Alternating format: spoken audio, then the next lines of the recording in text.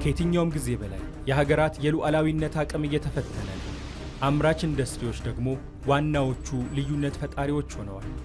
በዚህ ወሳኝ ዘመን በኢትዮጵያ የአምራች ኢንዱስትሪ ጉዳዮች የኢትዮጵያ ብሮድካስቲንግ ኮርፖሬሽን ከኢፌዴሪ ጠቅላይ ሚኒስትር ዶክተር አብይ አህመድ ጋር ቆይታ አድርጓል። የመጀመሪያው ክፍል እነሆ አሁን ይጀምራል።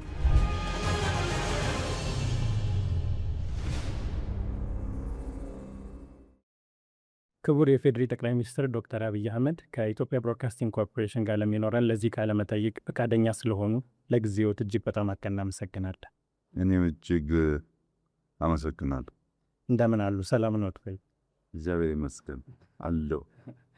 የመደመር መንግስት መጽሐፎትን ሳነብ መጀመሪያ ብዙ ጠብቄ የነበረው የመጽሐፉ አጠቃላይ ክፍል ፖለቲካ ይሆናል የሚል ጥበቃ ነበረኝ።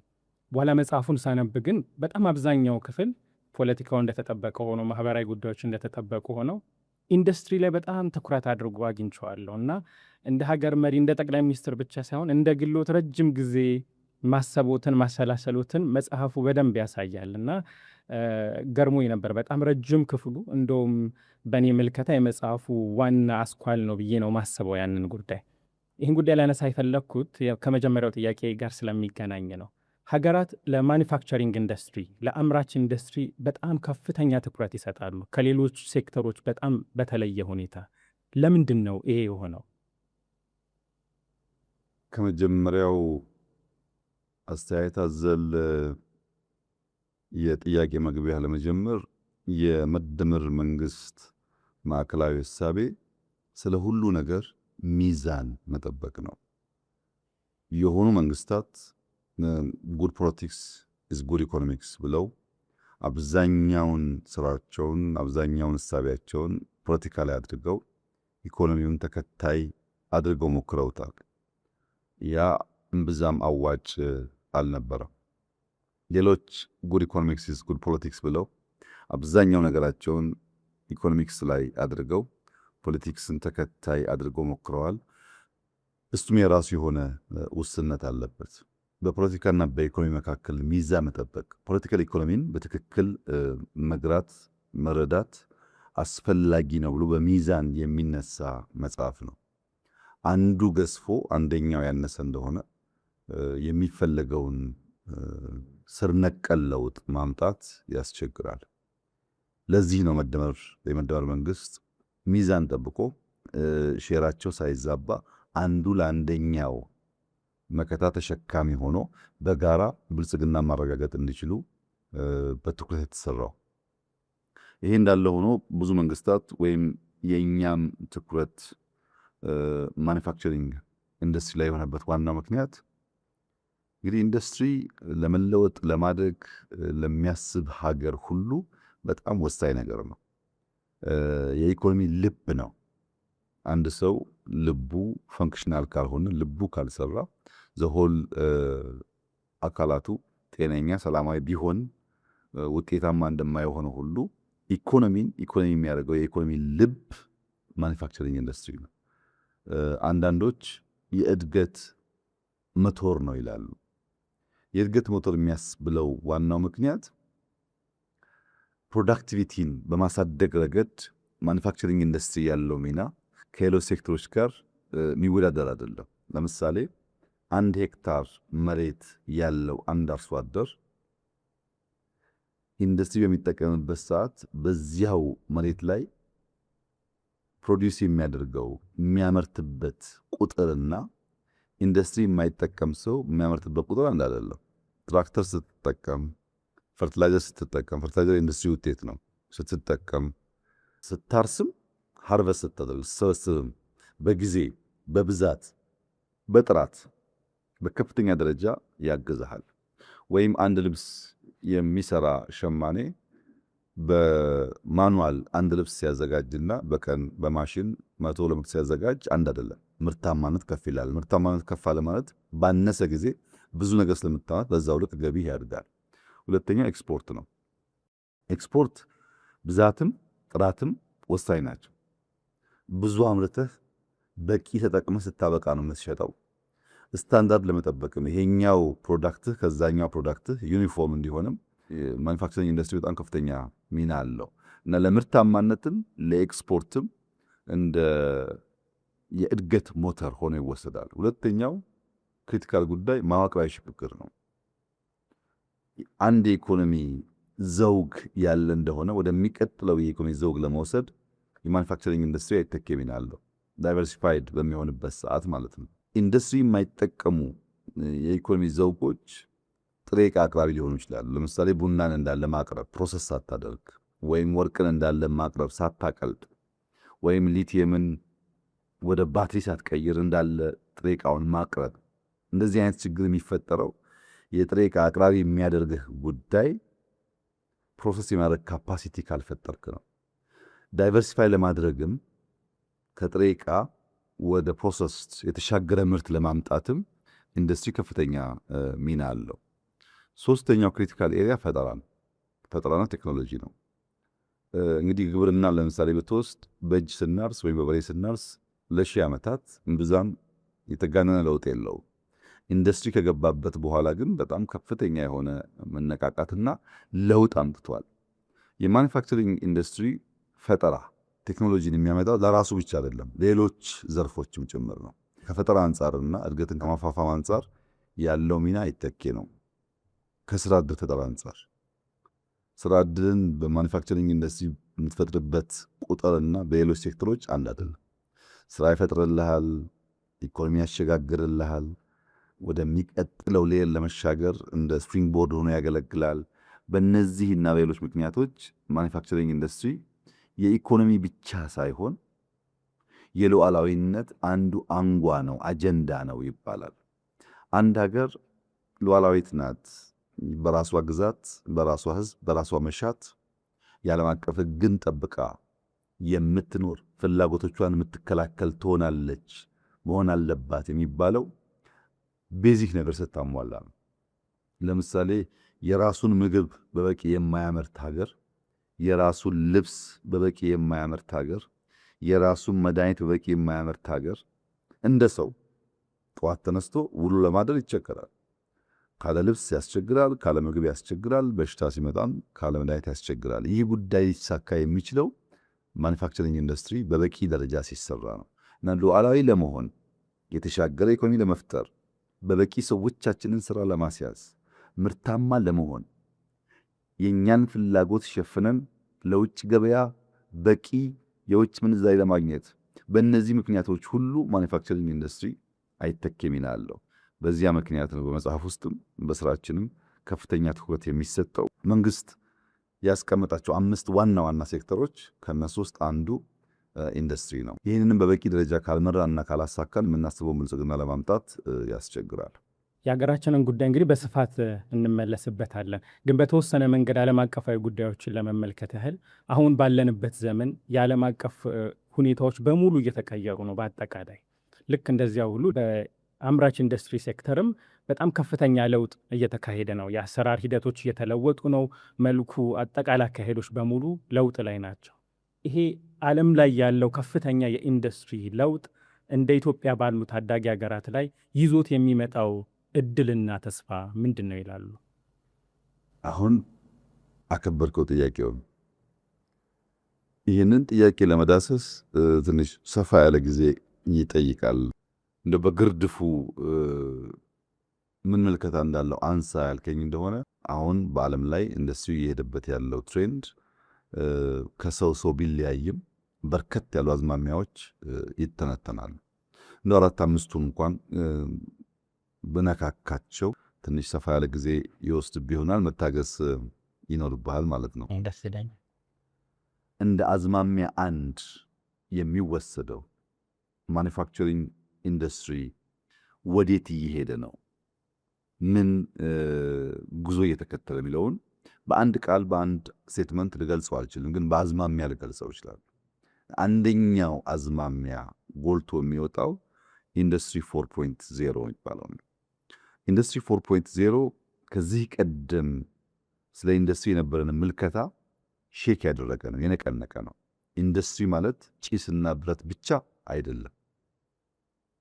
ኢንዱስትሪ ስንል ስለ ጭስና ስለ ብረት የምናስበው ምልከታ በተሟላ መንገድ ኢንዱስትሪውን ለመገንዘብ አያስችለንም። ኢንዱስትሪ ከጭስና ከብረት በተጨማሪ ቺፕስና ዳታን ያካትታል። ቺፕስና ዳታን ያካተተ ኢንዱስትሪ የተሟላ ኢንዱስትሪ አይደለም የሚል አንድ እሳቤ አለው። ለምሳሌ በ4.0 ኢንዱስትሪ ውስጥ ከሚጠቀሰው አንዱ አንጓ ነገር ኤአይ ነው። አርቲፊሻል ኢንተለጀንስ። አርቲፊሻል ኢንተለጀንስ በጣም በርካታ ነገሮች እየነካካ የመጣ ጉዳይ ነው። ከዚህ ቀደም በርቀት እንደምናስበው አይደለም። አሁን ወደ ጓዳችን እየገባ ነው። የእኛን ሁኔታ እንኳን ብትተው አሁን በመካከለኛው ምስራቅ ያለውን ጦርነት ብትወስድ ኦፕን ክላው የፈጠረው አቅም በዚህ ውጊያ ውስጥ ያለው ሚና በቀላል ሊታይ አይደለም። በኦፕን ክላው ሲስተም ዓለምን የምታይባቸው ቱሎች አሉ። የዓለምን የኤር ትራንስፖርት እንቅስቃሴ ምንም ብዙዎች ሳታወጣ ሲሲቲቪ ካሜራን በመጠቀም በብዙ ሀገራት ያለን የትራንስፖርት ሲስተም ለማየት ብዙ መረጃዎች ከማታውቃቸው ኦፕን ሶርሶች ሰብስቦ አናላይዝ አድርጎ ለአንተ ለዲሲሽን ለውሳኔ በሚያግዝ መንገድ የማቅረብ አቅሙ አንቢሊቨብል በጣም ለማመን ያስቸግራል። ኤአይ ሌላውን ትተህ በአንዳንድ ዓለም አቀፍ ተቋማት ውስጥ 10 የቦርድ አባላት ካሉ አንድ ድምፅ አልባ ቦርድ አባል ኤአይ ነው።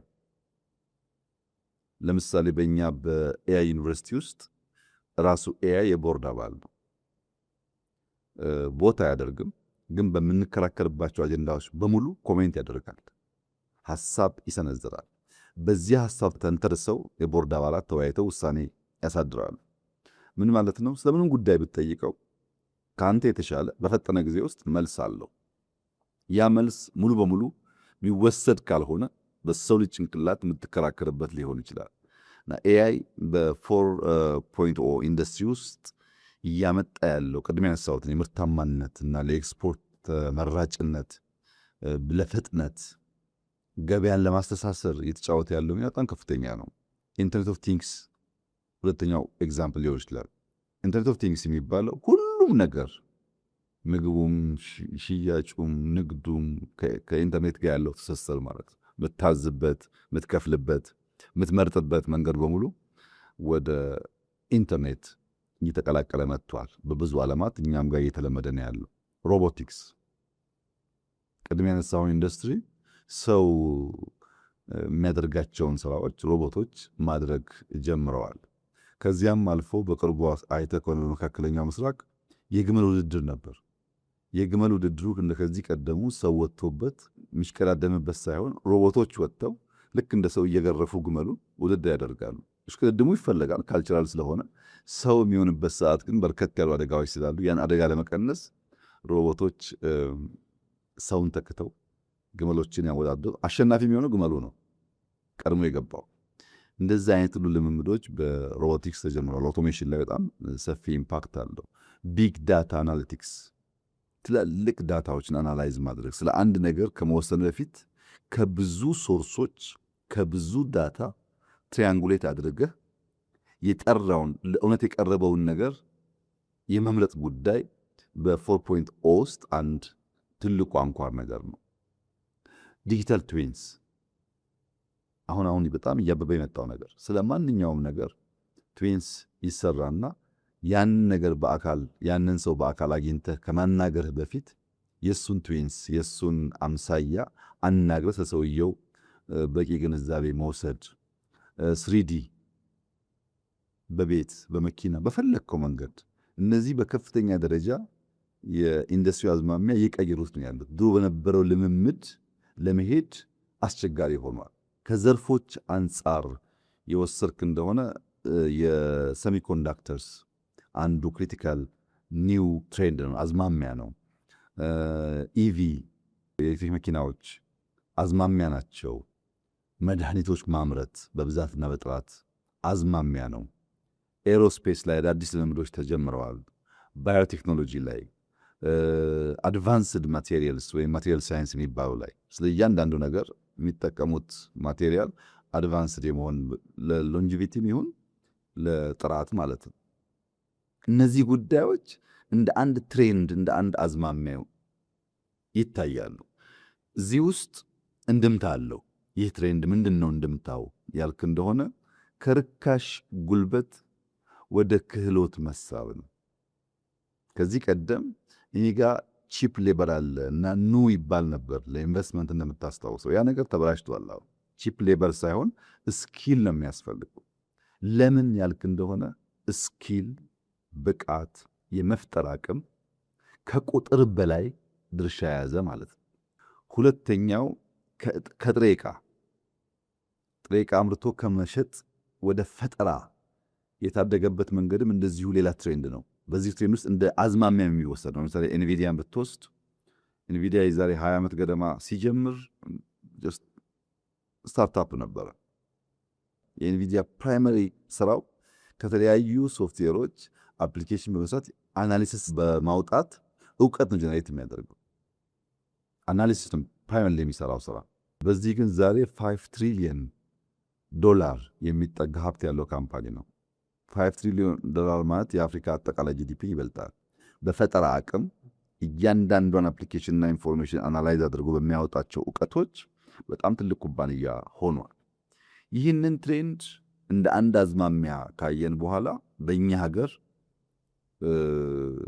ምን እናድርግ ብለን አሰብን። መጽሐፉ ላይም እንዳለው በየት ንግግራችንም እንዳለው አንደኛ ከዚህ ቀደም ታስታውስ እንደሆነ ሌት ካመር አድቫንቴጅ እንውሰድ ይባላል።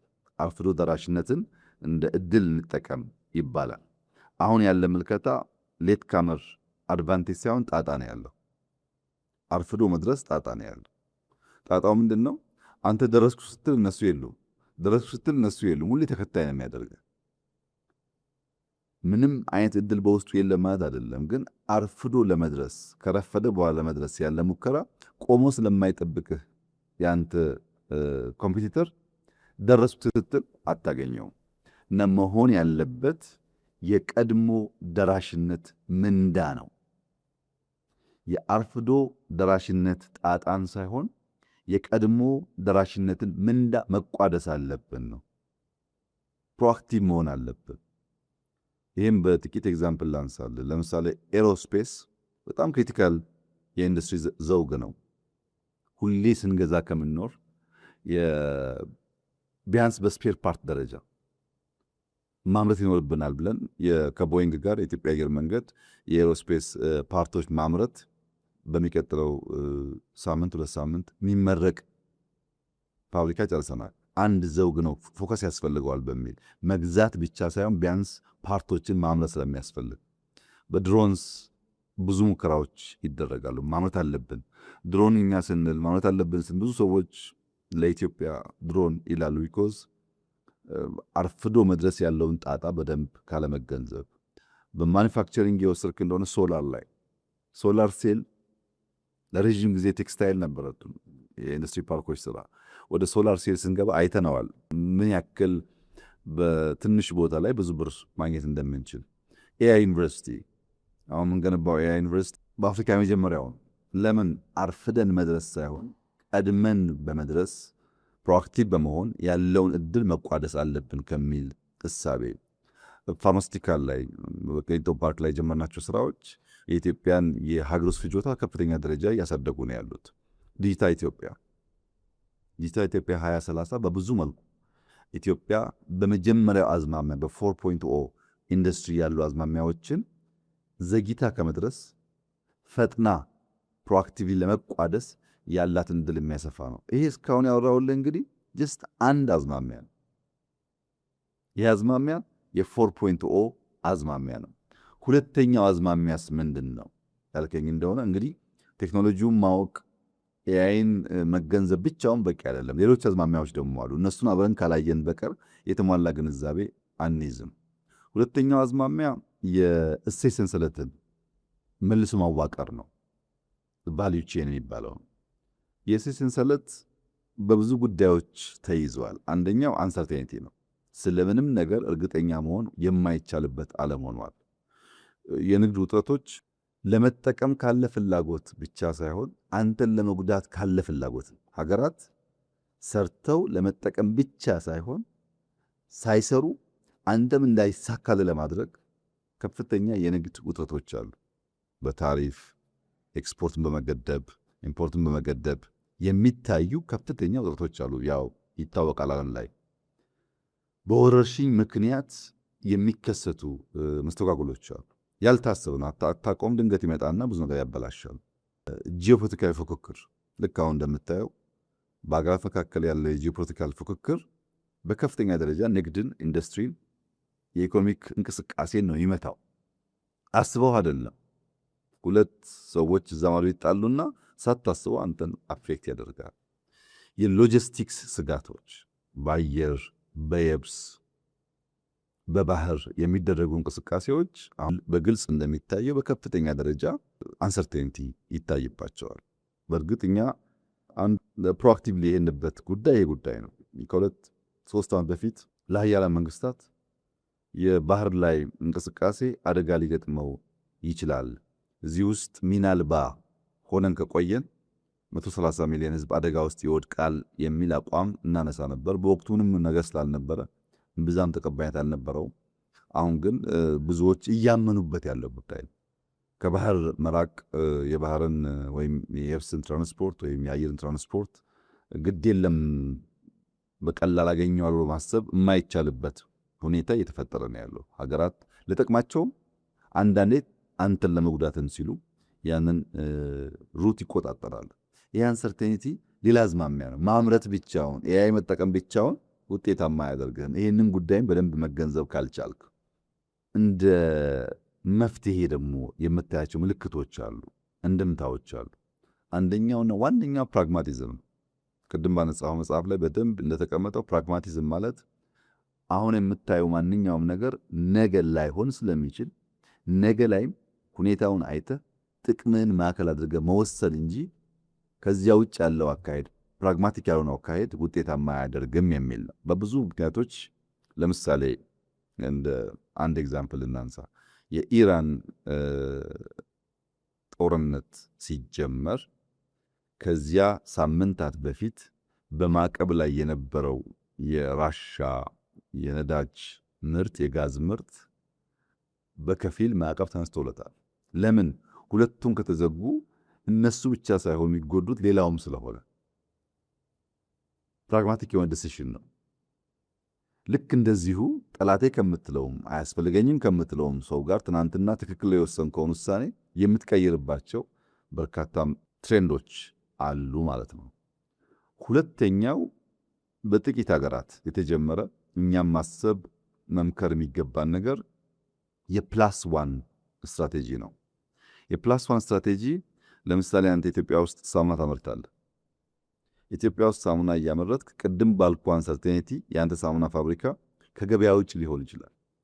ልክ ያንተን ፋብሪካ የመሰለ ፋብሪካ ሌላ ቦታ ሌላ ሀገር ትወስዳለህ። እዚህኛው ችግር ቢያጋጥም ያኛው እንዲሰራ፣ እዚያኛው ችግር ቢያጋጥም እዚህኛው እንዲሰራ፣ በአንድ ፋብሪካ ዲፔንድ ማድረግ አያዋጣም የሚል እምነት ፕላስ ዋን ስትራቴጂ ይሉታል። ይሄን ደግሞ አቅርቦት ለመቆጣጠር አቅርቦት ለማቀራረብ ገበያን ለማቀራረብ የሚጠቅም ነው ብሎ ነው የሚያስቡት። ሲገልጹት ኒር ሾሪንግ እና ፍሬንድ ሾሪንግ ይሉታል። ኒር ሾሪንግ ማለት ደቡብ አፍሪካን እንደ ገበያ ማዕከል ብትወስድ ያንተን ፕላስ ዋን ፋብሪካ ቦትስዋና ላይ ወይም ዚምባብዌ ላይ ብትተክል በቅርብ ርቀት የደቡብ አፍሪካን ማርኬት ትቆጣጠራለህ። አንድ ፕሮዳክት ከዚህ ደቡብ አፍሪካ ከሚሄድ ከቦትስዋና ወይም ከዚምባብዌ ደቡብ አፍሪካ መሄድ ይቀለዋል። ኒር ሾሪንግ የሚባለው እሱ ነው። ለገበያ መቅረብ። የአፍሪካን ማርኬት የሚፈልጉ ሰዎች ከርቀት አምርተው ማምጣት ሳይሆን በአፍሪካ አካባቢ በቅርብ ርቀት ውስጥ ማምረትና ገበያውን መያዝ። ፍሬንድ ሾሪንግ ማለት ደግሞ ትሬንድ እንዳልኩ አዝማሚያው በጣም አንሰርቴን ስለሆነ በዘላቂነት ስቴብል ናቸው፣ ታማኝ ናቸው፣ ወዳጅ ናቸው፣ ሀብቴን ጉልበቴን በቀላሉ አያጠፉብኝም ብለህ በምታስባቸው ሀገራት ላይ ኢንቨስት ማድረግ ማለት ነው። ያ እንግዲህ ግምት ነው። አንሰርቴኒቲ መልሶ ይውጠዋል። ግን በተቻለ መጠን ታሪካቸውን ስትመለከት ዘላቂነት ኮንቲኒቲ ያላቸውን ስርዓቶች፣ መንግስቶች፣ ታማኞች አካባቢ ኢንቨስት ማድረግ እና በዚህ ምክንያት በቀጠናዊ አቅርቦት ሰንሰለቶች ውስጥ የኒር ሾሪንግ እና ፍሬንድ ሾሪንግ የፕላስ ዋን ስትራቴጂ ለዛ አንሰርቴኒቲ እንደ አንድ ትሬንድ ነው። ቅድም ኤአይ ያልን አይደል? እሱ ቴክኖሎጂ ነው። ኢንተርኔት እያገለባበጠው ነው። ኦፕን ክላውድ ነገር እያመጣ ነው። ሮቦቲክስ ተአምር እየፈጠረ ነው። ግን ያ ተአምር አንሰርቴኒቲ ያለበት ሁኔታን ካልተረዳህ ታመርታለህ፣ ግን አትሸጥም። ነዳጁ አለ፣ ግን አታደርስም ማለት ነው። ይህን አንሰርቴኒቲን ታሳይ ማድረግ አለብን የሚል በጣም የጠነከረ ንግግሮች፣ ውይይቶች፣ ምክክሮች አሉ። ትሬንድም አለ። ሶስተኛው አዝማሚያ አሁን አልወጣውም ከኢንዱስትሪ። ሶስተኛው አዝማሚያ ሎጂስቲክስና መሰረተ ልማት።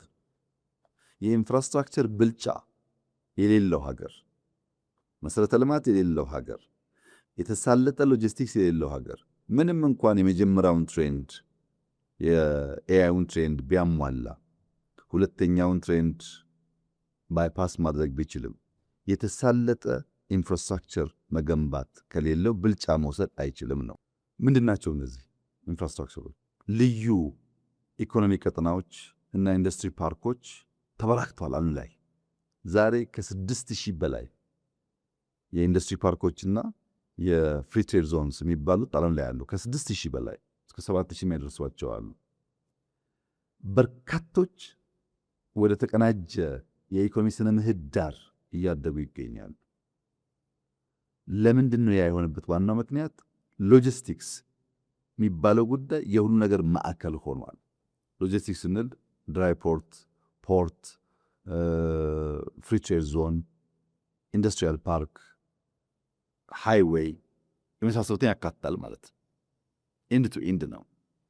ሁለተኛው የቴክኖሎጂ ፓርኮች፣ ኢንዱስትሪ ፓርክ ብቻ ሳይሆን የቴክኖሎጂ ፓርኮች ሪሰርች ዴቨሎፕመንት የሚሰራባቸው ኢንኩቤሽን ሴንተር ያለባቸው። ለምሳሌ የኤአይ ዩኒቨርሲቲ የኤአይ ሲቲ በለው በአቅራቢያው ናሽናል ክላውድ፣ የሃርድዌር ማኒፋክቸሪንግ ኢንኩቤሽን ሴንተርስ ስታርታፖች የሚሰሩበት ሃርድዌር ጋር የሚለማመዱበት በ10 ደቂቃ ድራይቭ ኢንዱስትሪ ፓርክ ገብተው የተለያዩ ፋርማሲውንም ቴክስታይሉንም እያዩ በቴክኖሎጂ ኢምፓክት የሚያደርጉበትን አውድ ቢፈጠር ነው እንጂ ጀስት ዩኒቨርሲቲ ብቻ መማሪያ ብቻ አይደለም። ለምን አር&ዲ ሪሰርች ኤንድ ዴቨሎፕመንት ኢንኩቤሽን ሴንተር በጣም ክሪቲካል እየሆነ ስለመጣ። ሌላው የወጪ ንግድ ማኒፋክቸሪንግ ክላስተሮች ማበራከት ነው። የወጪ ንግድ ኤክስፖርት ላይ ቤዝ ያደረጉ ኤክስፖርት ፕሮሰሲንግ ይባላል። ለሎካል ኮንሰምሽን ብቻ ሳይሆን የውጭውን ማርኬት ታሳቢ አድርጎ ይሰሩ ማለት ነው። በዚህ ውስጥ አረንጓዴ ኢንዱስትሪ ቀጠናዎች አሁን የምታመርተው ምርት በምን አመረተውም ጥያቄ የሆነ ነው። ለመግዛት በምን እንዳመረትከው ዋጋውን ለመወሰን ምንም አይነት ተጨማሪ ክፍያ እንትን ላለማስከፈል እንደ ትሬንድ እየተወሰደ ነው ያለው። ከዚህ አንጻር የኛ ሀገር ሙከራ ምንድን ነው ያልክ እንደሆነ ያው የኤአይው እንዳነሳውልህ በጣም አመርቂ ስራ ነው የሰራ ያለ ነው። በእርግጠኝነት ለእኛም ለአፍሪካም ኩራት የሚሆን ስራ ነው የሚሆነው። በቅርበት በትኩረት የተሰራ ነው ያለው። ሲያልቅ ሁላችን በጋራ ምና ይሆናል። ሁለተኛው ግን የእኛ ፓርኮች የኢንዱስትሪ ፓርኮች የነበረው ጅማሮ በፎሬን ዳይሬክት ኢንቨስትመንት እና ኤክስፖርት ላይ ብቻ የተንተራሱ ነበሩ። እነዚያን ወደ ልዩ ኢኮኖሚ ቀጠና ማሸጋገር የጀመርነው ጉዳይ ነው። ለምሳሌ ድሬዳዋ ላይ ወይም ገዳ ላይ ሊሆን ይችላል። ለምን እንደዛ እናደርጋለን? ማምረት ብቻ ሳይሆን የንግድ ሰንሰለትም የሎጂስቲክስ ጉዳይም ክሪቲካል ስለሆነ፣ ለምሳሌ የድሬዳዋን ፍሪ ዞን ብትወስድ በአቅራቢያው ድራይ ፖርት አለ። በድሬዳዋ ድራይ ፖርትና ፍሪ ትሬድ ዞን መካከል 4000 ሄክታር ቦታ ነበር። ያን አሁን ወደ አንድ እያመጣ ነው። ለምን? እዛ ሃይዌይ ሬልዌይ ካልገነባን በቀር በእነዚህ ሁለቱ ኢምፖርታንት ተቋማት መካከል ትስስር ካልፈጠር የምናስበውን ስለማናሳካ፣ ወይም ሞጆ ትመጣ የሞጆ ድራይ ፖርትና የገዳ ፍሪ ትሬድ ዞን እንደዚሁ የተሳሰሩ ናቸው። በሬልዌይ በሃይዌይ አንዱ ለአንዱ መጋቢ ነው። እዚህ ያመረትከውን በቀላሉ በድራይ ፖርት አድርገህ ታውጣት ትችላለህ ማለት ነው። እንደዛ አይነት ትስስሮች እየሰራ ነው። ስንት አዝማሚያ ያየን? አሁን 3 አዝማሚያ ያየን። እንደ አራተኛው እንኳን ጨምርልኝ ብትል ዲካርቦናይዜሽን አንደኛው ትሬንድ ነው። ይሄም በአንዱ ብታልፍ በአንደኛው አታልፍ። የወደፊት ተወዳዳሪ ለመሆን በዝቅተኛ የካርቦን ምርት የማምረት አቅም ይወስናል።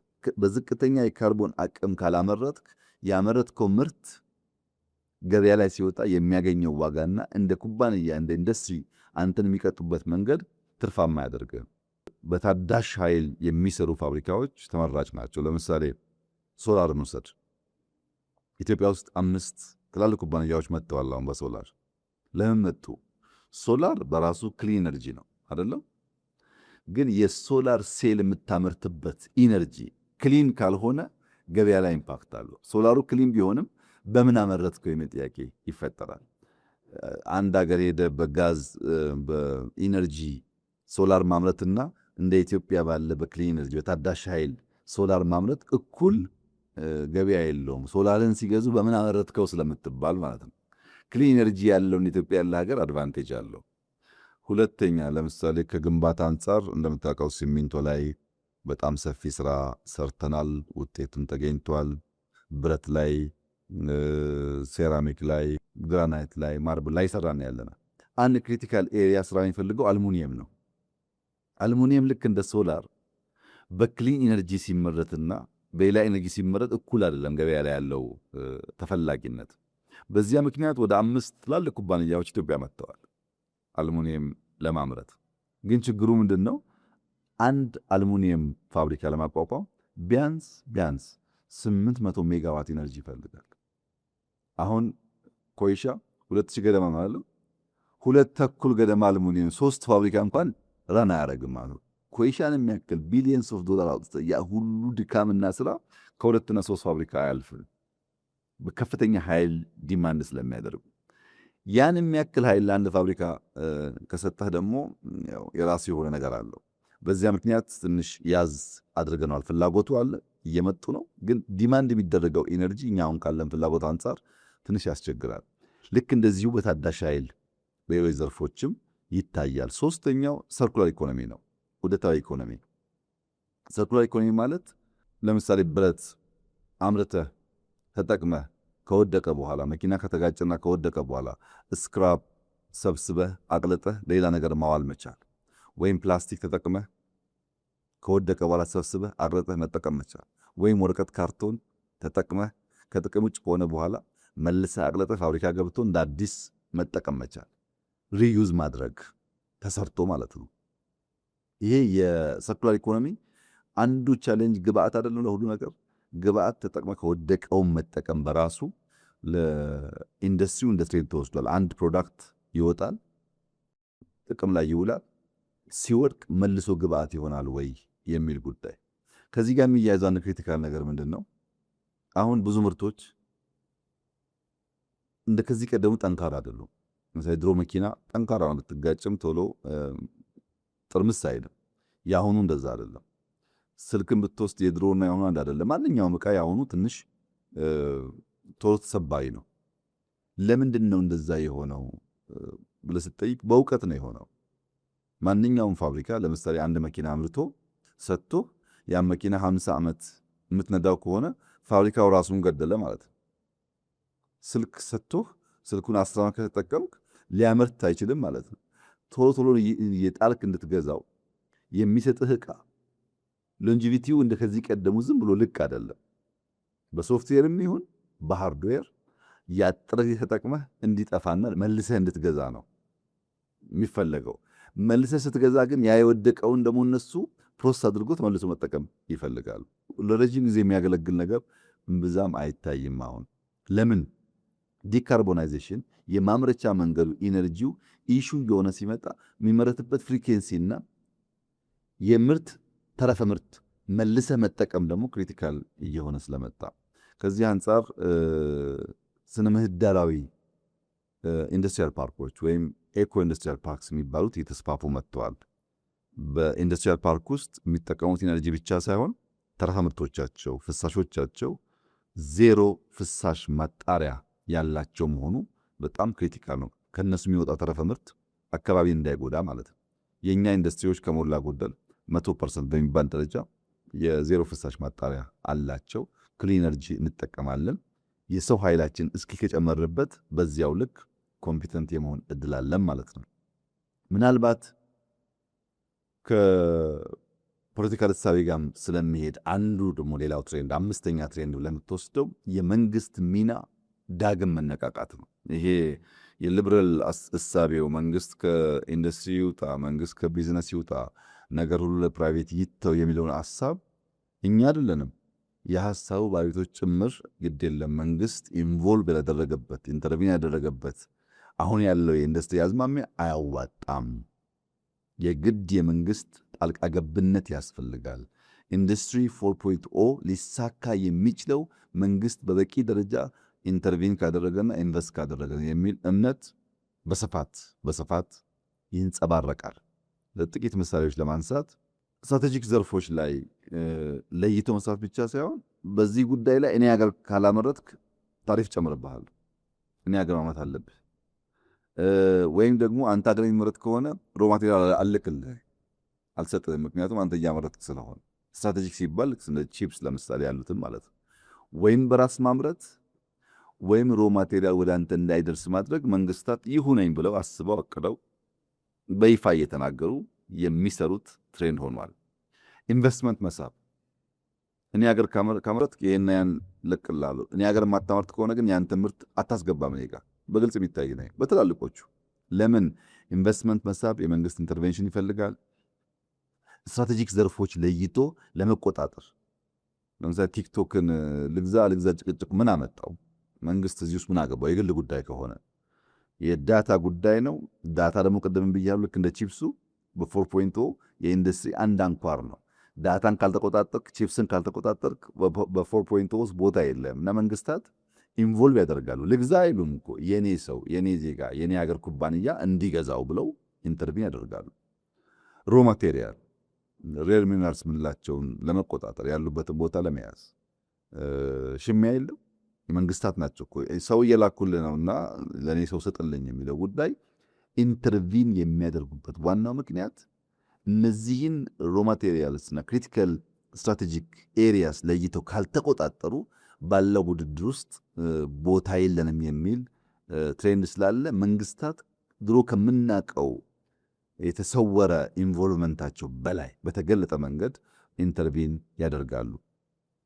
የሀገር ውስጥ ማኒፋክቸሪንግ አቅም መገንባት፣ ፕሮዳክታቸውን መግዛት፣ ፋይናንስ ሰፖርት ማድረግ፣ ገበያ ማፈላለግ፣ ሲወጡን ፕሮቴክት ማድረግ መንግስታት በስፋት ኢንተርቪን የሚያደርጉባቸው ኤሪያ ናቸው እና እነዚህ አዝማሚያዎች ለየብቻ ካያቸው ሰክሰስፉል አያደርጉም። በድምር ማየት ይፈልጋል። ሌሎቹን መዘርዘር ጊዜ ስለሚወስድብን እንደው አንደኛው እንኳን ልጨምርልና ስድስተኛው ማኒፋክቸሪንግ አምራች ብቻ ሳይሆን ወደ ሰርቪስ ማሳደግ ነው። ለምሳሌ አንድ ጥሩ ኤግዛምፕል የሚነሳው ሮልስ ሮይስ የሚባለው ኩባንያ የአውሮፕላን ኢንጂን ያመርታል። ከዚህ ቀደም የነበረው ትሬንድ ኢንጂን ያመርታል፣ ይሸጣል። አሁን ግን እንደዛ አይደለም። ኢንጂን ያመርታል፣ ለእያንዳንዱ ኤርክራፍት ያከራያል። በጊዜ ትጠቀምበታለህ። መጠገን ማስተካከል የሱ ስራ ነው፣ ግን አይሰጥህም። ባለቤትነቱ የራሱ ሆኖ በክራይ መልክ በሊዝ መልክ ትጠቀምበታለህ። ኢንዱስትሪን እንደ ሰርቪስ ማቅረብ ማለት ነው። ከዛም የሚያልፉ አዝማሚያዎች አሉ። ወደ ተሟላ የኢንዱስትሪ እድገት ሳይኬድ መጨንገፍ፣ የኢንዱስትሪያል ጭንገፋ የሚባል አዝማሚያም አለና በርካታ አዝማሚያዎች አሉ። እነዚህን አዝማሚያዎች በድምሩ ካልተረዳህ፣ በቁንጽል ብቻ ካየህ በአንደኛው እንኳ ቢሳካልህ በአንደኛው ስለማይሳካልህ የተሟላ አንደርስታንዲንግ በጣም ኢምፖርታንት ነው። የኢንዱስትሪ አዝማሚያው ከሰርቪስ፣ ከንግድ፣ ከሎጂስቲክስ፣ ከመንግስት ቀጥተኛ ምሪት ስትራቴጂክ ኤሪያና ኢንፑቶቹ መለየትና መቆጣጠር፣ የራስን ባለሀብቶች መከላከል፣ መደገፍ የመሳሰሉ ሙሉ ግንዛቤ የሚጠይቅ እና ውስብስብ ትሬንዶች ናቸው ያሉት እና በዓለም ላይ ኢንዱስትሪ እየሄደ ያለበት ሁኔታ እንደ ከዚህ ቀደሙ በቀላሉ ኢንቨስትመንት በምትሄድበት ሳይሆን ኢንቨስትመንቱ ከመጣ በኋላ ገበያውን መቆጣጠር፣ ሎጂስቲክሱን ማስተካከል፣ የሄደበት ፕሮቴክት ማድረግ፣ የሚያስፈልገውን ግብአት ቀድመህ ፕሮአክቲቭሊ ኮንትሮል ማድረግ የመሳሰሉ ነገሮች በውስጡ እየያዘ መጥቷል። ለዚህም ነው ውስብስብና የሚያባላ ጉዳይ እየሆነ የመጣውና እነዚህን አዝማሚያዎች ለመገንዘብና እነዚህንም በልተን በስልት እያንዳንዱን እያሳካን ተሰናስሎ የተሟላ ውጤት እንዲያመጣ ጥረት እያደረግን ያለነው በዚህ ምክንያት ነው። አዝማሚያዎቹ በጣም ሰፊ ናቸው ያልኩህ ለዚህ ነው። ለተወሰደበት ጊዜ ይቅርታ ጠይቃለሁ። ከነገሩ ስፋት አንጻር እንደውም ብዙ ጊዜ አልወሰዱም። በጣም ውስብስብ በጣም ሰፊ እና ጉዳዩን በጣም በጥልቀት ነው ያብራሩልን። እናመሰግናለን በጣም። እስቲ ደግሞ ወደ ሀገራችን እንመለስና በሀገራችን ውስጥም የአምራች ኢንዱስትሪን ለማስፋፋት ብዙ ጥረቶች ሲደረጉ ነበር። በአንድ በኩል በጣም ጥልቅ ምኞቶችን እንመለከታለን፣ ብዙ ጥረቶች መፍጨርጨሮችን እንመለከታለን እና ከነገስታቱ ጊዜ ጀምሮ በደርግም በኢህአዴግም ጊዜ ይደረጉ የነበሩ ጥረቶችን እንዴት ነው የሚመለከቷቸው? የአምራች ኢንዱስትሪን ከአጠቃላይ ኢኮኖሚ ውስጥ ከፍ ለማድረግ ይደረጉ የነበሩትን ጥረቶች እንዳልከው ነው። በሀገራችን ሰፊ ጥረቶች ሲደረጉ ነበር። እነዚያን ጥረቶች በሁለት ከፍሎ ማየት ጥሩ ነው። ከሁለተኛው የጣሊያን ወረራ ትንሽ ቀደም ብሎ የነበረው ዘመን አብዛኛው የባህላዊ የጎጆ ኢንዱስትሪ የእጅ ስራ ውጤቶች ላይ ተንተራሰ ነበር። ልብሱም ማንኛውም ነገር ባህላዊ ነው። የጎጆ ኢንዱስትሪ የሚባለው ነው። በእጅ ስራ ላይ የተንተራሰ ነው። ያለ ረዥም ዓመታት ኢትዮጵያ ውስጥ እንደ ታሪካችን እንደ ቀደምትነታችን ከኛ ጋር የነበረ ጉዳይ ነው። የሁለተኛው የጣሊያን ወረራ ዋዜማ አካባቢ ከ27 በፊት ማለት ነው ፋብሪካዎች ወደ 25 ገደማ ኢትዮጵያ ውስጥ ነበሩ። ጣሊያን ሊወረን ዓመት 2 ዓመት ሲቀረን 25 ገደማ ፋብሪካዎች ነበሩ። እንደ ሳሙና ፋብሪካ፣ ቢራ ፋብሪካ፣ የስኳር፣ የእንጨት፣ የሸክላ የመሳሰሉ። በኋላ ያ ጉዞ ሳይታይ ያው የጣሊያን ሁለተኛ ወረራ መጣ። ያ ወረራ ለኢንዱስትሪ የራሱ የሆነ አዎንታዊ አሉታዊ ተጽዕኖ ነበረው። ያመጣቸው እድሎች አሉ፣ ያሳጣቸው ነገሮች አሉ።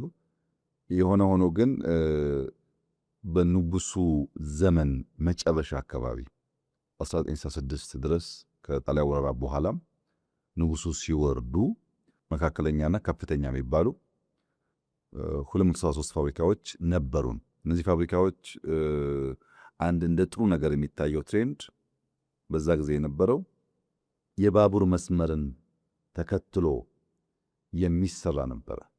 ይህን የማነሳበት ምክንያት በኋላ እክል ከሆነው አንዱ እነዛን ሎጂስቲክስ ሌን ተከትሎ አለመሄድ አሁን ባለው ሁኔታ ላይ የፈጠረውን ጫና ለማየት አንድ የሚያስተምረን ነገር ስለሆነ ነው።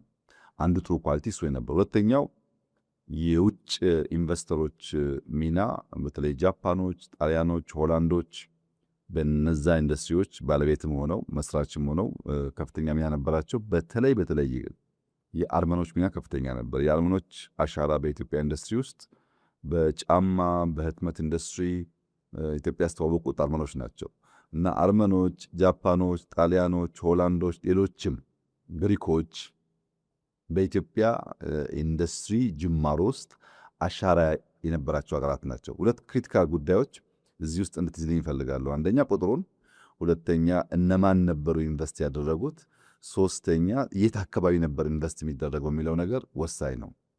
ይህንን ማስቀጠልና ማስፋት ሲቻልና ሳይቻል ያለው ጣጣ እንደ ሀገር ዋጋ የሚያስከፍል ስለሆነ በደርግ ዘመን ደርግ መንግስት በሆነ ማግስት የመጀመሪያው ጉዳይ እነዚያን ፋብሪካዎች ናሽናላይዝ ማድረግ ነው። የግል የነበሩ ይዞታዎች፣ ድርጊቶች ወደ መንግስት ባለቤትነት ማዞር ነበር አንዱ ነገር፣ አንዱ ውሳኔ። ሁለተኛ ውሳኔ በግል ዘርፍ የጣለው ገደብ ነበር። አንድ ሰው አንተ ከአንድ መስክ ውጪ ከአንድ የሥራ ዘርፍ ውጪ መስራት አትችልም። በዚያ ስራ ዘርፍም ቢሆን ማክሲመም ልታንቀሳቀስ የሚገባ ካፒታል ግማሽ ሚሊዮን ነው፣ 500,000 ብር። ከ500,000 ብር በላይና ከአንድ መስክ ባሻገር አንድ ሰው ሊሰራ አይገባውም የሚል ገደብ ነበር። ያ ገደብ በከፍተኛ ደረጃ ኢንዱስትሪውን ይመታዋል ማለት ነው። ኢኖቬሽን ይገላል። አንድ ስራ መስክ የምታውቀውን ብቻ ከሆነ ብዙ ጉዳዮች ውስጥ ማትፍጨረጨር ከሆነ አትፈጥርም። ብርህም ሊሚትድ ከሆነ እዛ ስትደርስ ትተዋዋለህ ስራውን ማለት ነው። አያነሳሳም። አንዱ ከነበረው ጉዳይ እንደ ኮንቲኒቲ የነበረው እክል ይሄ ነው። ሁለተኛው እንደ ጥሩ ጉዳይ ደግሞ የሚታየው በደርግ ጊዜ የነበረው ከንጉሱ ጊዜ በኋላም ሻል ብሎ የነበረው ጉዳይ ደግሞ ግዙፍ ኢንዱስትሪዎች ለማቋቋም መንግስት ሙከራ አድርጓል።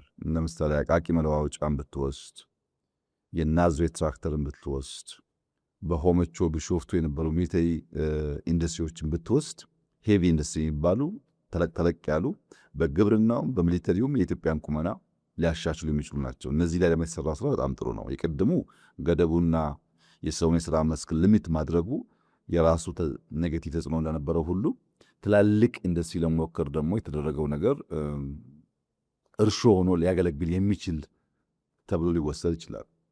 በደርግ ጊዜ የነበሩን ኢንዱስትሪዎች እነዛ ኢንዱስትሪዎች በድምሩ 60 ሺህ ገደማ በፋብሪካ ውስጥ የሚሰሩ ሰራተኞች ነበሩ። 60 ሺህ ለስንት ሚሊዮን ህዝብ ነው? ከ25 እስከ 30 ለሚጠጋ ሚሊዮን ህዝብ 60 ሺህ ገደማ የፋብሪካ ሰራተኞች ነበሩ። ያን የነበረው አይዲዮሎጂ ምንድን ነው? ሰርቶ አደሮች፣ ላብ አደሮች 60 ሺህ ለሚጠጉ የፋብሪካ ሰራተኞች የነበረ አይዲዮሎጂ ነው። ሚሊየንስን ታሳቢ ያደረገ አልነበረም ማለት ነው። አንዱ ስብራት እዛ ጋር ነው። ሰራተኛው በበቂ የሌለበት ሀገር ነው እሳቤው የመጣው። 1% እንኳን በቅጡ በማይሞላ ማለት ነው። ፋብሪካን እንደ ቢዝነስ፣ ፋብሪካን እንደ ሙያ ከመምራት ደግሞ የፓርቲ ኮሚቴ የሚባል አለ፣ በፋብሪካዎች ጉዳይ ላይ ውሳኔ የሚያሳድር። ይህም የራሱ ተጽዕኖ ነበረው። በሙያ በገንዘብ በእውቀት በንግድ እሳቤ እንዳይመራ ከማድረግ አንጻር ማለት ነው። አይዲዮሎጂውም ችግር አለበት፣ በፖለቲካ አመራቱም ችግር አለበት፣ ገደቡም ችግር አለበት። ሄቪ ኢንዱስትሪ የነበረው ሙከራ ደግሞ ጥሩ ነው። ቅድም እነማን ናቸው ያልኩ ሀገራት? እነ ግሪክ፣ እነ ጃፓን፣ እነ ጣሊያን ናቸው አይደለም? በደርግ ጊዜ ደግሞ የነበሩት አብዛኛዎቹ ሶቪየት ህብረት፣ ቼኮስሎቫኪያ፣ ምስራቅ ጀርመን ነበሩ። ሀገራት ተቀየሩ፣ እሳቤ ተቀየረ ማለት ኮንቲኒቲ ጠፋ። ወደ ኢህአደግ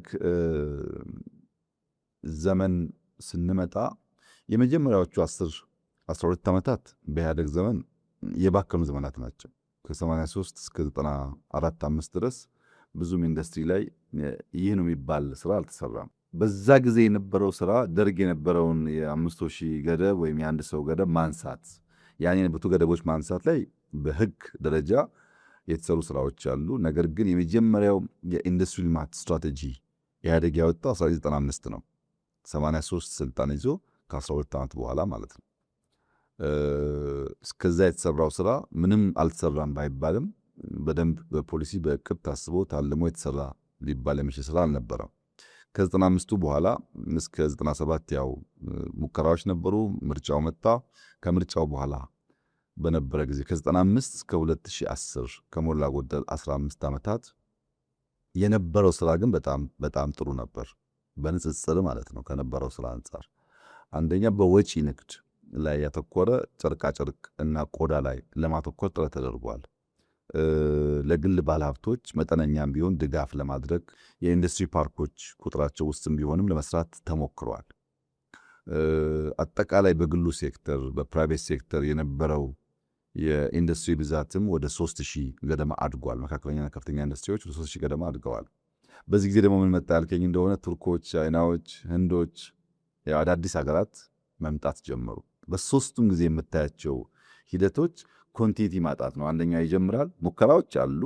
ያ ሙከራ ግን አንደኛው ሲመጣ ኮምፕሊትሊ ያፈርሰዋል። ለዚህ ነው መደመር ያስፈልጋል። ወደኋላ ስንመለስ ጎጂ ነገሮች አርመን ጠቃሚውን ግን አስፍተን መሄድ አለብን የሚል አቋም የያዝንበት ዋናው ምክንያት እኔ እሰራለሁ፣ አንተ ታፈርሳለህ፣ አንተ ትሰራለህ፣ ያፈርሳለሁ። በዚህ መንገድ አገር ሊገነባ ስለማይችል ነው። ከፍተኛ ማነቆ የነበሩ ጉዳዮች ምንድን ናቸው? በዚህ ጊዜ ያልከኝ እንደሆነ አንደኛ የዶላር እጥረት ነው። ኢንዱስትሪን አስበን የገንዘብ ገበያው ግን ለዛ ምቹ አልነበረም። ሁለተኛው ሎጂስቲክስ ነው። ትራንስፖርት ከሌሎች ሀገራት 2-3 እጥፍ ውድ ነው። በቂ መንገድ የለም፣ ሃይዌይ የለም፣ ፖርት የለም። እነዚህ ሁሉ በከፍተኛ ደረጃ ይጎታል ኢንዱስትሪውን። ሶስተኛው ግን ትስስር ነው። እነዛ የቆጠርኩልህ ፋብሪካዎች 90% ሜይን ግብአታቸው ኢንፑት የሚያገኙት ከውጭ ነው። ጨርቃጨርቅም ቢሆን በሀገሬ ጥጣለ በሚል ያለን የሚንተራሰው፣ ቢራም ቢሆን ገብስ አልባ ለሚንተራሰው አብዛኛው ከውጭ ይመጣል፣ ወደ ውጭ ተመልሶ ይወጣል። በዚህ ምክንያት ትስስር ማነስ ማጋጠሙ፣ የኮንቲኒቲ ችግር፣ አንዱ የጀመረውን አንደኛው ማስቀጠል አለመቻሉ፣ የፖሊሲ ለውጦች ደግሞ ባለመደረጋቸው በድምሩ ሲታይ በርከት ያለ ጥረት ቢደረግም መዋቅራዊ ሽግግር ሊያመጣ አልቻለም ኢንዱስትሪ። በኃይለሥላሴም ከፍተኛ ሙከራዎች ነበሩ፣ በደርግም ነበር፣ በኢህአዴግም ጊዜ ነበር። እነዚህ ግን መዋቅራዊ ለውጥ ያላመጡት አንዱ በአንደኛው ላይ እየደመረ የአንደኛውን ሳያፈርስ የመቀጠል ትሬንዱ ውስን ልምምድ ስለነበረ የመጣ ችግር ነው። እንግዲህ እነዚህ ክፍተቶች ካሉ እርሱ የሚመሩት መንግስት አዲስ በሆነ ፖሊሲ መጥቷል። ምንድን ነው አዲሱ ነገር? ያለፉትን ድክመቶች፣ ጉድለቶች በምን አይነት መንገድ ነው እየተሸፈኑ እየተሞሉ ያሉት? ወሳኝ ጥያቄ ነው። ይህም ጥያቄ ከለውጡ በኋላ የነበረው ነገር መጀመሪያ እነዚያ ነገሮች በቅጡ መረዳትን፣ ምን ሞከሩ፣ ምን ተሳካላቸው፣ ምን አልተሳካላቸውም፣ ዋናው ችግር ምንድን ነው የሚለው መለየት ነው። ኮንቲኒቲ በኢትዮጵያ የስርዓተ መንግስት ግንባታ ውስጥ ትልቁ ስብራት መሆኑን ለይተናል እና መደመር አለበት። የትናንትናም ቢሆን ጠቃሚ ታሪክ፣ ጠቃሚ ስራ መጣል የለበትም የሚለው በጣም በጣም ወሳኝ እርምጃ ነው እና የመጀመሪያው የእሳቤ ለውጥ ነው ያደረግነው።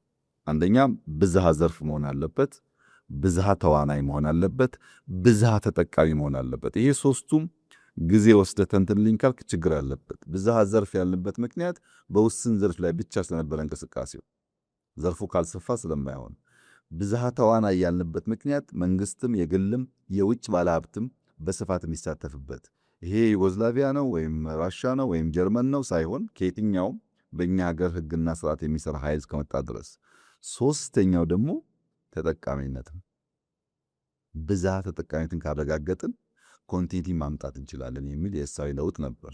ምን ማለት ነው? መንግስት ከአስፈጻሚነት ወደ አመቻችነት ማደግ አለበት። ጉዳዩን የሚያስፈጽም ብቻ ሳይሆን ጉዳዩን የሚያመቻች፣ ቤዚክ ፍላጎቶችን የሚያሟላ፣ ለዛ አስቻይ ነገር በመፍጠር አትራክት የሚያደርግና የሚያሰፋ መሆን አለበት የሚል እሳቤን የያዝ ነው። ለዚህ ብለን አገር በቀል የኢኮኖሚክ ሪፎርም አጀንዳ ቀረጽን ማለት ነው። አንደኛው ትኩረት ምን ነበረ? ያኔ ስብራት የሆነ ኢንዱስትሪው እንዳያድግ ያደረገው ማክሮ ኢኮኖሚ መዛባት ነው። በብዙ መንገድ በብዙ ምሳሌ ላብራራል እችላለሁ። ይሄ የማክሮ ኢኮኖሚ መዛባት ኢንቨስተሮች ደፍረው የውጭ ምንዛሪ አገራችን እንዳያፈሱ ይዟቸዋል። ሁለተኛው ምርታማነትና በዓለም አቀፍ ደረጃ ሊወዳደር የሚያስችል ኳሊቲ ማጣት ነው። ሶስተኛው ከሀገራዊ ኢንዱስትሪዎች ጋር ትስስር በማጣት የሚመጣው ኢንዱስትሪ ግብአቱም የሚሸጠውም ሌላ ቦታ ስለሆነ ለሎካል ኢንዱስትሪ ያለው የማስተማርም የእውቀት ሽግግር የማረጋገጥ ሁኔታም በጣም ውስን በመሆኑ ነው። እነዚህን ጉዳዮች ደምረን አራተኛው ኮንቲኒቲ ነው። ኢህአዴግ የሚስራው፣ ደርግ የሚስራው፣ ኃይለሥላሴ የሚስሩት፣ ሌላ የሚስራው ለሀገር ጠቃሚ ከሆነ መቀጠል አለበት። ከሰራው ሰውዬ እሳቤና ግለሰብ ጋር ባለ ምልከታ ሀገርን የሚጎዳ ጉዳይ መፈጸም የለበትም በሚል ነው። በዚህ ብዙ ነገር ምሳሌ ማንሳት ይቻላል። ለምሳሌ ባለፈው 15፣ 20፣ 30 ዓመት የነበረውን ብቻ ብናነሳ ጥቂት ምሳሌ አንስተን ነገሩን ብንገነዘብ ከዚህ ከአዋሽ ወደ መቀሌ የሚሄደው ባቡር $2.6 ቢሊዮን ብድር ተወስዶ ነው የሚሰራው። $2.6 ቢሊዮን ብድሩ ደግሞ ጤነኛ የሚባል ብድር አይደለም፣ ኮመርሻል ሎን ነው። ከዚህ መቀሌ፣ ከዚህ አስመራም፣ ከዚህ ሞያሌም ባቡር ያስፈልጋል። ለኢትዮጵያ በጣም መሰረታዊ ነገር ነው። መቼ እና እንዴት የሚለው ግን በጣም ከባድ ጥያቄ ነው።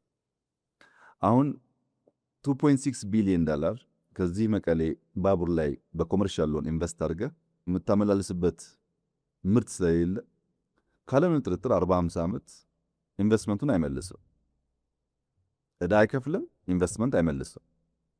ቢኮዝ ከሰራኸው በኋላ የምታንቀሳቀስበት ብዙም ምርት ስለሌለ ማለት ነው።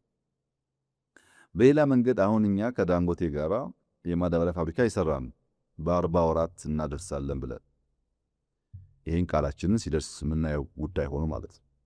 ምን እያደረግን እንዳለን ስለምናውቅ ይሄ ማዳበሪያ ፋብሪካ አጠቃላይ ወጪው $2.5 ቢሊዮን፣ ያኛው 2.6 ነው፣ ይሄ 2.5 ነው። 2.5 መሆኑ ብቻ ሳይሆን አሁን ኢትዮጵያ የምትጠቀምበትን የማዳበሪያ ፍጆታ ከእጥፍ በላይ ያመርታል። አሁን ዛሬ የምንጠቀምበትን ከእጥፍ በላይ ያመርታል። የዛሬ 2 ዓመት ተኩል ቢበዛ 3 ዓመት ፋብሪካው ሰርቪስ ይሰጣል። ከዛ በኋላ በ4 5 6 7 ዓመታት ካለምንም ጥርጥር ኢንቨስትመንቱን ይመልሳል። ካለምንም ጥርጥር ያን 2.6 ቢሊዮን ዶላር ማዳበሪያ ላይ አውለን ቢሆን ኖሮ በ4 5 ዓመታት ገንዘቡን ሲመልስ በዚያ ገንዘብ ባቡሩን ልንሰራው እንችል ነበር። ይሄኛው ግን አፍሰን ብሩን 40 50 ዓመት ስለማይመልስ ኢንፍራስትራክቸሩ ቢኖርም ምንጭንበት እናጓጉዙበት ነገር ምርቱ ስለሌለ እንደ ሀገር ስትወስደው አክሳሪ ኢንቨስትመንት። ሁለተኛ የተጀመሩ ኢንዱስትሪያል ፓርኮችን እንውሰድ። የኢንዱስትሪያል ፓርኮች በብድር 1.6 ቢሊዮን ዶላር ነው የተወሰደባቸው። 1.6 ቢሊዮን ዶላር ምን ለማድረግ? ሪል ስቴት ለመስራት፣ ሼድ ለመስራት፣ ቤት ለመስራት። ኢንዱስትሪያል ፓርክ አንድ ሰርተህ በደንብ ውጤታማ ሲሆን 2 3 ማለት ትችላለህ። አት ታይም 10 ሰራለሁ ብለህ 1.6 ቢሊዮን ተበድረህ 10 ቦታ በትነህ ቆርቆሮ ብትጠፈጥፍ ዋጋ የለውም። የኢንዱስትሪ ጽንሰ ሐሳብ አያሟላለህ።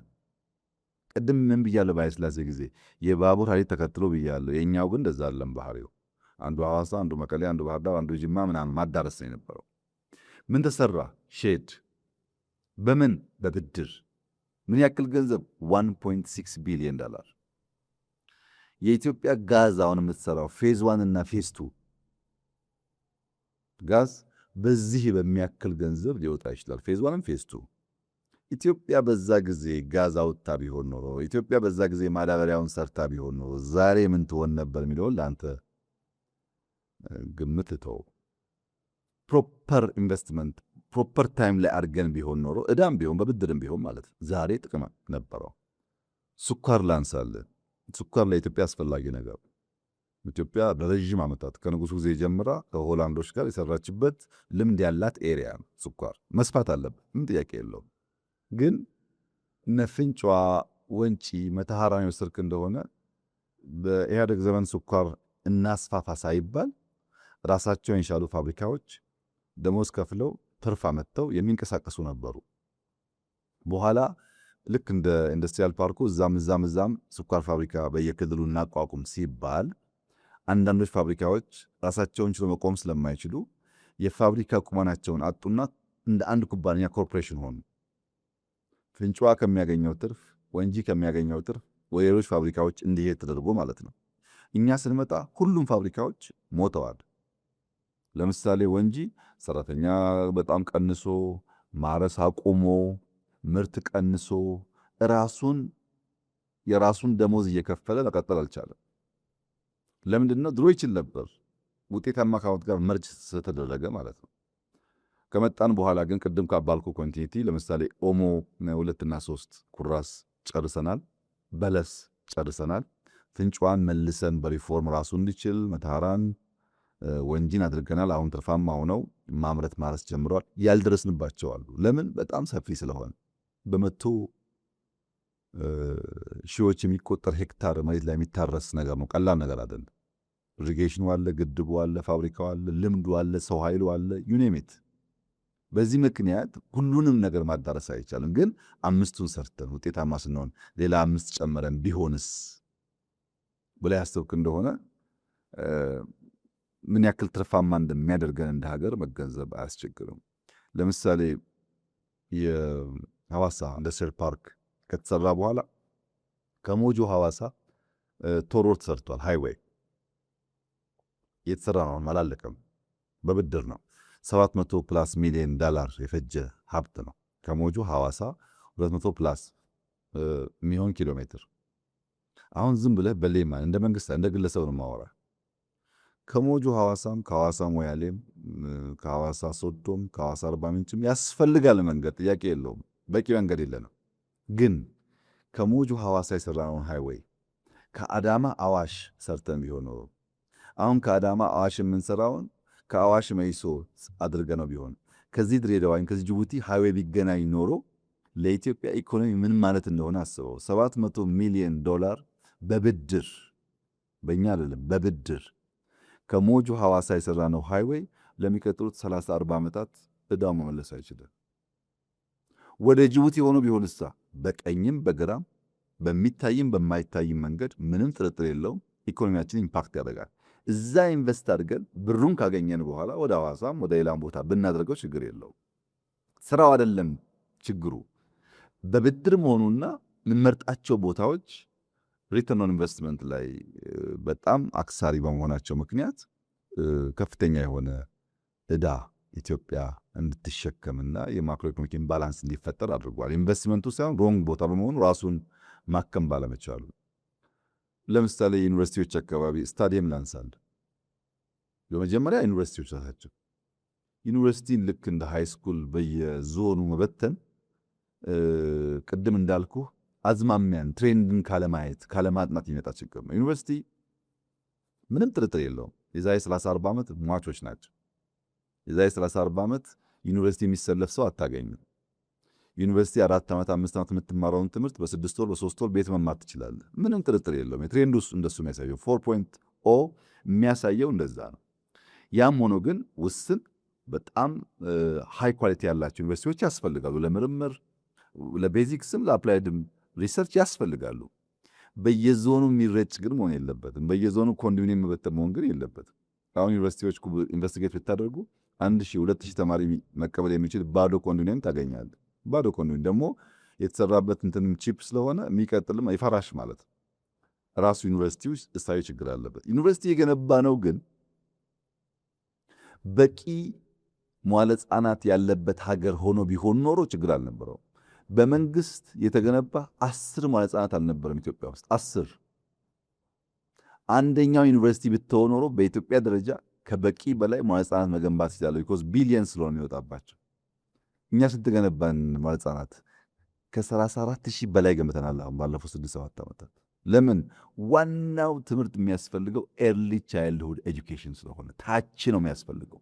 ላይውስ ቤዚኩን ነገር ያወቀ ሰው ከኤአይ ሊማር ይችላል። ቤዚኩን ያላወቀ ሰው ብታስገባውም ትርጉም የለውም። ለምንድን ነው መንግስት ዩኒቨርሲቲን እንደ ሃይ ስኩል ከሚበትል መጀመሪያ መዋለ ሕጻናት ቀጥሎ ኤሌመንተሪ ቀጥሎ ሃይ ስኩል ቢያስፋፋና ውስን ሃይ ኳሊቲ ያላቸው ዩኒቨርሲቲዎች ቢሆኑ ኖሮ ምን ያክል ትርፋማ እንደሚያደርገን እንግዲህ ገምት አንተ ራስህ። ኤሌመንተሪ አሁንም ገና በጣም ብዙ ይቀረናል። ሃይ ስኩል አሁንም ገና በጣም ብዙ ይቀረናል። አንዱ የሪሶርስን አሎኬት የምናደርግባቸው ቦታዎች ችግር ደግሞ በዛ ላይ እንደ ቅርጫ ነው፣ ማዳረስ ነው። ከዩኒቨርሲቲ ጋር ተያይዞ የመጣው አደገኛ በሽታ ግን ስታዲየም። ለምሳሌ ሐዋሳ ላንሳለን። የሐዋሳ ከተማ ስታዲየም ብሎ የሆነ አጥራጥሯል። የሐዋሳ ዩኒቨርሲቲ ስታዲየም ብሎ የሆነ አጥራጥሯል። ሁለቱም ስታዲየሞች በካፍ ስታንዳርድ አያሟሉ። አንድ ከተማ ውስጥ 5 ኪሎ ሜትር በማይሞላ ርቀት ውስጥ 2 ስታዲየሞች አሉን። ሁለቱም ግን ለካፍ ስታንዳርድ አያሟሉ። ሁለቱን ጨፍልቀን ቢሆን ግን አንድ ደንበኛ ስታዲየም በዓለም አቀፍ ስታንዳርድ ተቀባይነት ያለው ብንገነባ ኖሮ ሐዋሳን የመሰለ ውብ ከተማ ብዙ የአፍሪካ ክለቦች ሊጫወቱበት ይችሉ ነበር። ስታዲየሙ አለ፣ ገንዘቡ ፈሷል፣ ነገር ግን ስታንዳርድ አያሟላ። ይሄ የሐዋሳ ችግር አለ። ጅማም ሲሚላር ችግር አለ። በየቦታው ይሄ ችግር አለ። ዩኒቨርሲቲ የራሱን ይገነባል፣ ከተማ የራሱን ይገነባል። ሁለቱም ግን ስታንዳርድ አያሟሉ። ዩኒቨርሲቲ ብቻ አይደለም ባይዘው ሆስፒታል አርባ ምንጭ 1000 አልጋ የሚይዝ ሆስፒታል፣ ጅማ 1000 አልጋ የሚይዝ ሆስፒታል፣ ሐረር 1000 አልጋ የሚይዝ ሆስፒታል ብሎ ኮንዶሚኒየም ይገነባል። አሁን ሐረር ብትሄድ ቆሟል። 1000 አልጋ ስትገነባ ስንት ሩሙ ነው ኦክሲጂን ያለው መሆን ያለበት? ምን አይነት ትሪትመንት ነው የሚፈልገው? በሳይዙ ልክ ስታንዳርድ አለው። ያንን አልጋ አርባ ምንጭ ላይ 300 ብለህ ጀምረህ ቦታው ይኑር ግቢው ግንባታው ልምድ እያገኘ 400 500 ብታደርገው ሐረር ላይ 300 ብለህ 400 500 ብታደርገው ኖሮ ቢያንስ 300 ፈንክሽናል ይሆን ነበር። አሁን ሄዳችሁ ዞራችሁ ተመልከቱ። ኮንዶሚኒየሙ አለ፣ እቃው የለም፣ ሲቲ ስካኑ የለም። አስፈላጊ ገጀቶች ስላልገቡለት ፕሮፐርሊ ፈንክሽን የሚያደርግ ሆስፒታል ሳይሆን ኮንዶሚኒየም ነው የምታየው። ለምን? በኮንዶሚኒየም ኮንትራት የሚገኝ ኮሚሽን ይገኝበታል፣ ግን ሰርቪስ ፕሮቫይድ አያደርግ። በስመ ዩኒቨርሲቲ የወጣ ሀብት ነው። ከተማና ከተሜ ጋር ተያይዞ ያለው እሳቤ አንድ ሀገር ኔሽን ቢልዲንግ የሚባለው ሊሳካ የሚችለው በጥግጊ የሚኖሩ ሰዎች ካሉ ብቻ ነው። በአንድ ኪሎ ሜትር ስኩዌር ውስጥ ምን ያክል ሰው አለ የሚለው ጉዳይ ለኢኖቬሽን ለኮምፒቲሽን በጣም ወሳኝ ነገር። የተበተነ ስካተርድ የሆነ ማህበረሰብ ግብርም አይከፍልም፣ ለኔሽን ቢልዲንግም የተመቸ አይደለም። ለምን ስትበተን አስቸጋሪ፣ ሰብሰብ ስትል በንጽጽር ይሻላል ሰርቪሱ። ጥግጊ በጣም ወሳኝ ነው። ዴቨሎፕመንትን የሚያስብ ማንኛውም መንግስት፣ ብልጽግናን የሚያስብ ማንኛውም መንግስት ከተሜነትን፣ ከተማነትን፣ ግብር መክፈልን፣ ሰርቪስ ፕሮቫይድ ማድረግን ማዕከሉ ካላደረገ ልማት ሊያመጣ አይችልም። ከተማ ያስፈልገኝ ወላዋይ ነው የኔ ኮንስቲትዌንሲ አርሶ አደር ነው ካልክ ልማት አታስብም ማለት። ቢኮዝ የተጠጋጋው ማህበረሰብ ይፈጥራል፣ የነቃ ነው፣ ግብር ይከፍላል፣ የምትነግረውንም በቅርበት ይሰማል፣ ቅርብ ስለሆነ ኢንፍራስትራክቸሩ። እንደዛ ላይ እኮ እንደኛ ዘመን ሶሻል ሚዲያ እኮ የተስፋፋበት አልነበርም። እና እንደነዚህ አይነት የእሳቤ ስብራቶች ነበሩ። እነዛን ማድረቅ ላይ ይሰራም። ለምሳሌ በደርግ ሆመቾ እና ቢሾፍቱ የነበሩትን የሚሊተሪ ኢንዱስትሪዎች የደርግ ናቸው አያስፈልጉም አላለም። በጣም ዘመናዊ አድርገን ያኔ ከነበራቸው ካፓሲቲ በብዙ እጥፍ ማምረት እንችሉ አድርገናቸዋል። ለምን አስፈላጊ ስለሆኑ። የደርግም ቢሆኑ ኢምፖርታንት ናቸው፣ እንሰራባቸዋለን። በኢህአደግ ጊዜ የተጀመሩ የኢንዱስትሪያል ፓርኮች እኛን አብዛኛዎቹ የጨረስናቸው፣ ችግር የሚኖርበት ወረዲ ብድር ስለገባን ማለት ነው። ስኳር ፋብሪካዎች እንዳልኩ ከግማሽ በላዩን ፈንክሽናል አድርገናል። የኢህአደግ ናቸው ብለን አልጣልናቸው። አንዳንዶቹን ደግሞ ሪዳይሬክት የምናደርጋቸው ይኖራል። ከሪተርን ኦን ኢንቨስትመንት ከአጭር ጊዜ አንጻር አዋጭ ደግሞ ካልሆነ ሪዳይሬክት ይደረጋል ሪሶርሱ ማለት ነው። በዚህ መንገድ ከትናንትናው ጠቃሚ የሆኑ ጉዳዮችን በመውሰድ ባለማጣጣል ኮንቲኒቲ ማረጋገጥ ነው። ለምሳሌ የኛ ዘመን ኢንቨስትመንት ከራሻ ኢንቨስተር አለን፣ ከቻይና ኢንቨስተር አለን፣ ከቱርክ ኢንቨስተር አለን፣ ከጣሊያን ኢንቨስተር አለን። በኃይለሥላሴ የምታውቃቸውም አሉ፣ በደርግ የምታውቃቸውም አሉ፣ በኢህአዴግ ያሉትም አሉ። ዘመን መጥቶ እነዛን የሚቀያየር ጉዳይ አላደረግንም። በሴክተርም ሊሆን ይችላል፣ በሀገራትም ሊሆን ይችላል፣ በሚሰራበት መንገድም እያረቅን እያረምን ለመሄድ ነው ሙከራ ያደረግነው። በዚህም አመርቂ ውጤት እየመጣ ይገኛል። ኢንዱስትሪ ሪስፖንድ የሚያደርገው እንደ ሌሎቹ ፈጥኖ አይደለም። መጀመሪያ ማጥናት ማወቅ፣ ከዛ መሬት፣ ከዛ ኢነርጂ፣ ከዛ ገንዘብ፣ ከዛ ፋብሪካ ከውጭ ስለሚመጣ ከዛ ፋብሪካውን መጠቀም መቻል፣ ከዛ ምርት ማምረት፣ ምርት ወደ ኳሊቲ ማሳደግ፣ ከዛ ገበያ ማፈላለቅ ጊዜ ይፈልጋል። ይሄንን ዑደት ነው ስንከተል የነበረው። ውጤቱም በእጅጉ ሻል ያለ ነው ማለት ይቻላል።